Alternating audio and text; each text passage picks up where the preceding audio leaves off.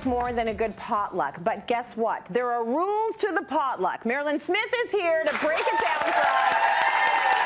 There's rules, right? Oh, it's Marilyn. There's always rules. Of course there are rules. So I like it because it's just more casual. Yes. Everyone can participate. I mean, don't be the cheap one that's always just bringing the bread and the salad. You kind of have to bring like some good stuff sometimes too.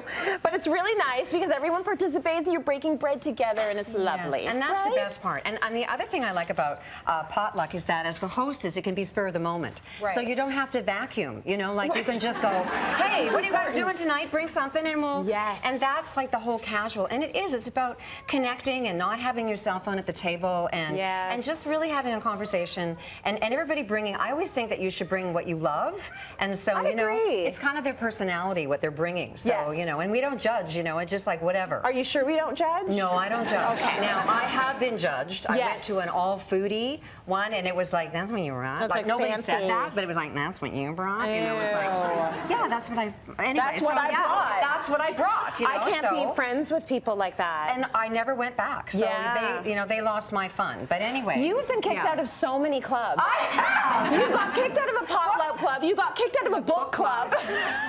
Did you get kicked out of bars? No, but that's on my bucket list. It doesn't take much either. Okay, so the other thing about the potluck is that don't tell people what to bring.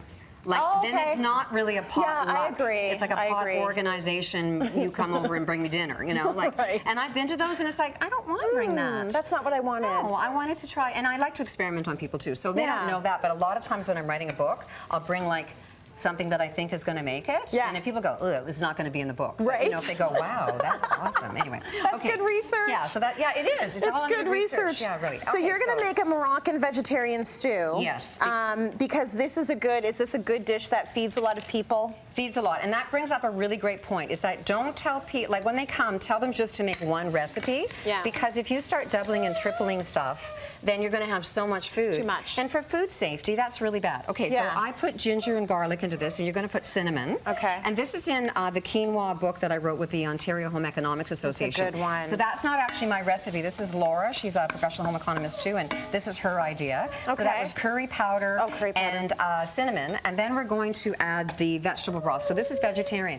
Now, I always take vegetarian stuff with me because I'm kind of once a teacher, always a teacher. Yeah. And so I'm trying to educate people that, hey, you know what? It's not weird to have vegetarian food. So I always bring vegetarian, and then I got something to eat too. And then well, it's smart because you're making sure it's accessible for all, right? Yes. If you've got the meat dishes, not everybody can partake. Exactly, but that's okay. I mean, if somebody brings a roast, God bless you. Yeah, so we're doing this really fast forward. That's true. Yeah, if you bring a beef Wellington, I might marry you. So anyway, yeah. So you're going to get the recipe on your website, but I kind of want to speak through it. Like kale and the peas are the last thing that goes in. Don't do it. And we're going to put white beans. Now, originally she had chickpeas in there, but I like to play with my pulses, and that's just another pulse I like to put in there. Okay. And then what happened with the apricots is I packed my scissors when I put them away, and I think it's because I forgot that I was going to snip them. Yeah, because the can opener won't work. But anyway,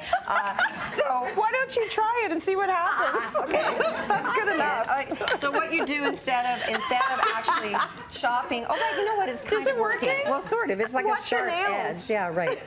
Well, it's probably not very sanitary. Anyway, so you instead of chopping apricots, you can snip them with kitchen shears. That's the smart. Yeah, and then you put the quinoa in that you've rinsed and drained, and this is really easy too. That's the other thing for potluck. I like to try to make stuff easy because I don't want to. And then you put that at the end, and it looks like this. Okay, so you've got this really yummy, pretty colored soup slash stew-ish. Yeah, because it's actually too big, too thick to be a soup. Right. That's not all that hot. Okay, and then I'm going to just put it on the table. But before we get to the table, thank you. Okay. Before we get to the table, let's talk about some of the things over here. Yeah. Okay, so the hostess should obviously supply dishes. It can be paper if you want to. I don't like paper plates. They gag me out. So I always have like a whole bunch of plastic stuff. Well, and especially because this stuff is so it's so beautiful and low cost now. You can get the melanine. Yeah, a lot of great stuff. I love eating out of bowls.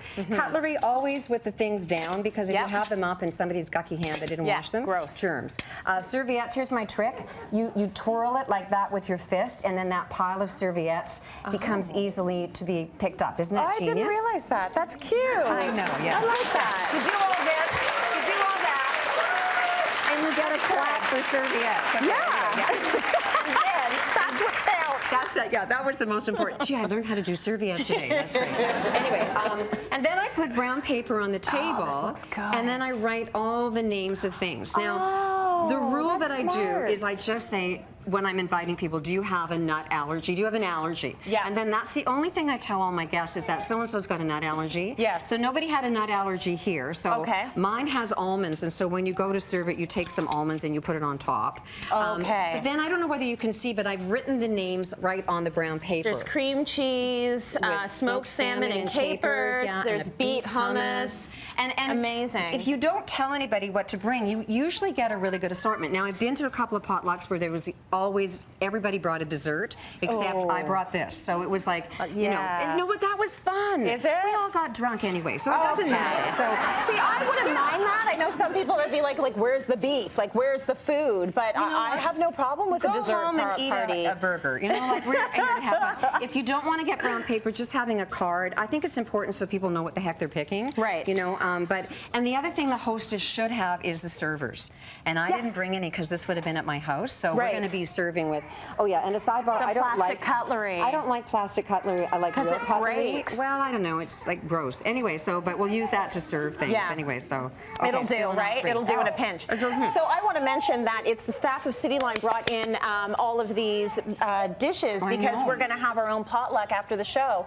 And I actually contributed, and it's at home in my oven. What did you make? A quiche. It's at home in the oven. Did someone turn the oven off? The oven's off. I texted Leo, but I'm like, he's like, so do I send it to you or can I eat it? I'm like, just eat it. Take a picture. Yeah, I took a picture. Okay, good.